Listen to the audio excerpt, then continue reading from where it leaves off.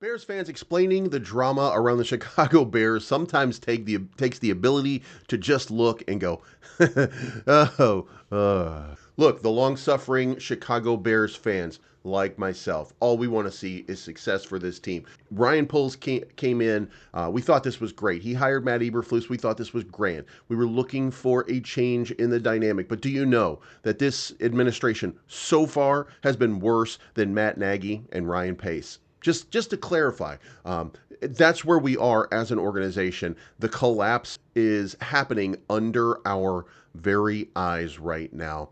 And look, there's a lot to unpack here, so we're going to go through some of this, but there's a breaking report right now, and I'm happy to report. Now, this is not my favorite report, by the way. I do want to say that before we get started, but Shane Waldron is out as the Bears offensive coordinator. Thomas Brown is expected to take over. That's from Tom Pelissero. Tom Pelissero is from the Inside Network at the NFL. So, good to see a change happening.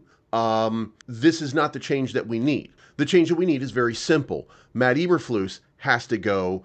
Kevin Warren has got to step in at some point and say, look, enough is enough with your bad hiring practices. Enough is enough with your, and look, guys, DJ Moore trade, wonderful trade, but enough of your Nate Davis, enough of your Chase Claypool, enough of your Velus Jones Jr.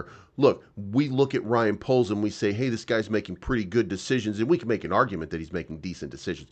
But ultimately, all of the decisions have to be taken into consideration, not just the good ones when you're evaluating a GM. He hired Matt Eberflus. He refused to fire Matt Eberflus.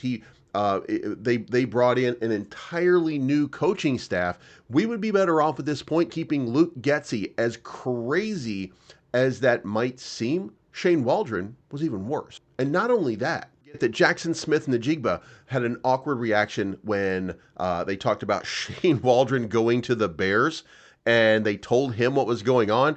He was shocked by it. And, this was a testament to what he thought of Shane Waldron. And clearly, he did not like what was going on right there. He had an unexpected, awkward reaction. And what did he say is, are we live? Because he didn't want to give his honest opinion of Shane Waldron at the time. But that wasn't enough, because guess what? Here's the great part. The great part, the funny part. We were talking about Cliff Kingsbury, who, by the way, right now is crushing it with Jaden Daniels in Washington. You know what we did?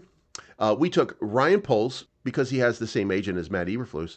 And what did we do? We hired Shane Waldron. Guess who their agent is? Same one, same guy. So what we did was we just basically took this guy, this agent, and we just brought in all of the parts that he likes. And here we are right now, 4-5, wondering why we're not 7-2, trying to figure out what's going wrong with this team. And this just seems like it's just some kind of agent nepotism. Like, this is crazy, right? But let's keep moving on, because in my opinion, maybe we're a little bit checked out, because this is what happens here. Adam Schefter reveals the Bears are weighing a drastic move with Caleb Williams, where they're going to bench him in favor of Tyson Bagent for the short term, trying to get what they call that Bryce Young pump.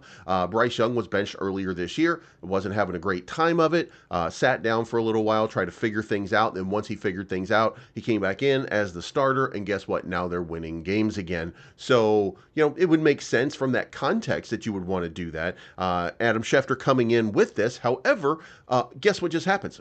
Matt Eberflus says we are not changing quarterback. Caleb Williams is our starter. Now, is that just a bold sort of, I called it, that's my guy sort of thing?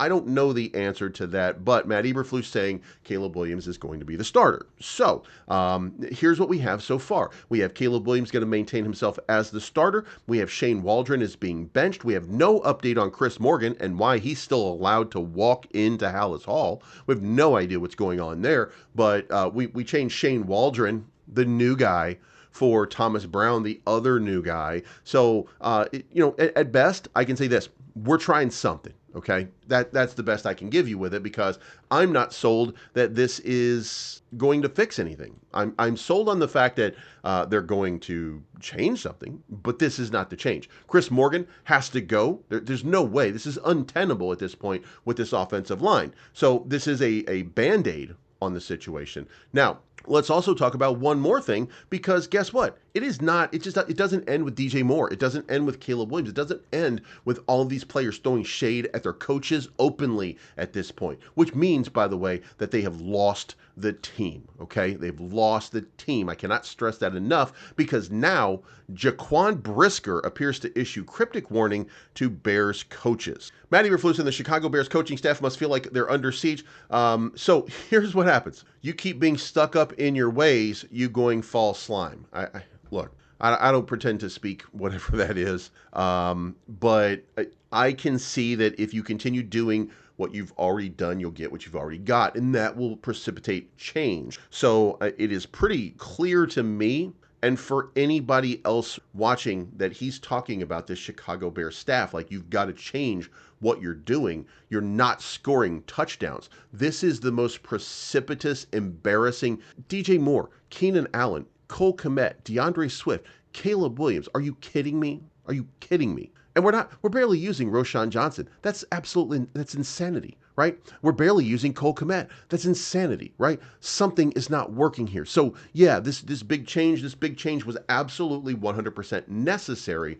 Is it enough? I don't think that it is, by the way. I don't think this is not going to fix everything. But even the defensive players are now rebelling, and they're talking about it. And they're also talking about the way that they're being coached in practice, and that people aren't even trying in practice, where Jalen Johnson is coming out talking about it, saying, we need to put a lot of effort into practice, because currently we are just absolutely not doing it. So, and then let's close this off with one final piece here, because this is breaking as of right now, and that is this. A major shift just happened in the Chicago Bears stadium plans. Now, the Chicago Bears are calling an audible after their push to land a deal in Springfield to finance a new dome. They are now reconsidering the former Michael Reese Hospital site as unsuitable. First of all, they said it was unsuitable, but now they're reconsidering that property in the hopes of jumpstarting discussion with politicians to keep the team in Chicago, according to sources familiar with the talks. Now, as we know, they want the stadium right next to where Soldier Field is. They know that it's going to be a problem. They know that the politicians don't want to finance it. They don't want to worry about the riverfront. So now they're looking at Michael Reese as an alternative place that's a little bit south. So not hugely south. You know what I mean? It's not that far away. So that's a good thing from the context of being in the city. But at the end of this, where do the Bears go from this? Look, I don't think that the politicians, the problem, the minuscule problem here was the lakefront. Okay, that was a minuscule problem. You're gonna have to fight the Lakefront Commission, blah blah blah blah blah. And that could be a fight. That could be a fight. But you know what? If you want to avoid the fight, sure, you move to the south just a little bit to this place, which maybe something changes right there. But it's the amount of money. Like, what are they trying to save? Are they trying to save the amount that it would cost to redo Soldier Field in that location, turn it into a grassy sort of area for kids to play and stuff like that? Are they cutting down the cost? What is it that they're doing? We don't have the information for that right now, but they're saying. They are saying that it would be less demanding on public funds, because you wouldn't have to restructure and redo all the greenery and stuff like that on the lakefront. So I get that. So we'll see, and we'll keep you posted on what happens there. In fact, Loop Capital CEO Jim Reynolds is said to have played an instrumental role in convincing the Bears president and CEO to take a second look at the site, and has emerged as a broker between the team, politicians, and developers. So it could be that Loop Capital is now stepping up and helping to create a situation in which this happens, but that would mean the end of Soldier Field, or at least from the location that we are on the lakefront. And then maybe if the lakefront the lakefront park district or whatever it is, maybe they'll be happy to have just a grassy hole where Soldier Field used to be. Maybe that'll make them feel better. I don't know. Anyway, guys, thank you so much for tuning in. Remember to bear down. This week is Green Bay week. At this point, it looks like we're about to get annihilated and destroyed. But hey, I'm going to keep a positive spin on this, and I'm going to say, look, Thomas Brown, maybe, just maybe, we're going to look at, for the moment, 3-step drops, quick releases. We're gonna try to draw Green Bay in if Green Bay comes up and they start to cover for the run. If we start to run first and we do 3-step drops, if we do those things, then maybe we draw in Green Bay and allows it to open up the passing game. Maybe if we do that, maybe it's going to change a little bit of the dynamic. But nothing is going to change as long as Chris Morgan is out here cross-eyed, telling one Bears defender to go, or one Bear offensive lineman to go left, the other one to go right, and leaving a hole in the middle. So I don't know how this plays out, but at least the first domino has fallen. If the second and third dominoes don't fall very, very, very soon, then you can expect Ryan Poles is out. Because if you cannot manage your team and you cannot give the fans what they want, they clearly at this point do not want Matt Eberflus. They clearly at this point do not want Shane Waldron. Nobody wants Chris Morgan. So if you can't get any performance out of them and you put an embarrassing product on the field, then you have to go too. So let's see what happens. I'm certainly intrigued. Thank you so much. If you like this type of content, make sure you hit the like button and subscribe button. And if you don't like this content, you think that I'm full of shit, that's okay. Subscribe anyway so you can talk shit about me every day in the comment section down below. And we can all point at you and laugh and be like, ha ha ha ha, you're not a real Bears fan. But Bleeves is. All right, guys, we'll talk to you soon.